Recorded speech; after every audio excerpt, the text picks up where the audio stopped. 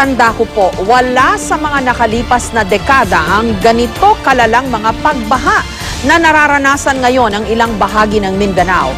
Kaya nga po sa Mindanao naroon ang malalaking plantasyon ng prutas, katulad ng sa Davao, dahil bibihira ang mga itong daanan ng bagyo noon. Hindi maikakailang nagbago na ang ating panahon. Ang mahirap nito, tila ngayon din tayo sinisingil ng kalikasan sa kapabayaan natin at walang habas na pagputol ng mga puno sa mga nagdaang taon. Nabahala nga po ako noong 2012 matapos manalasang Bagyong Pablo sa Davao Oriental at Compostela Valley.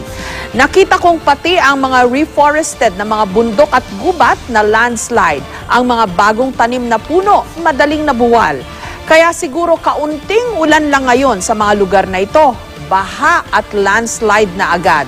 Gayong hindi pa nakakabawi ang maraming kakahuyan sa Mindanao na kinalbo ng logging, legal man o illegal.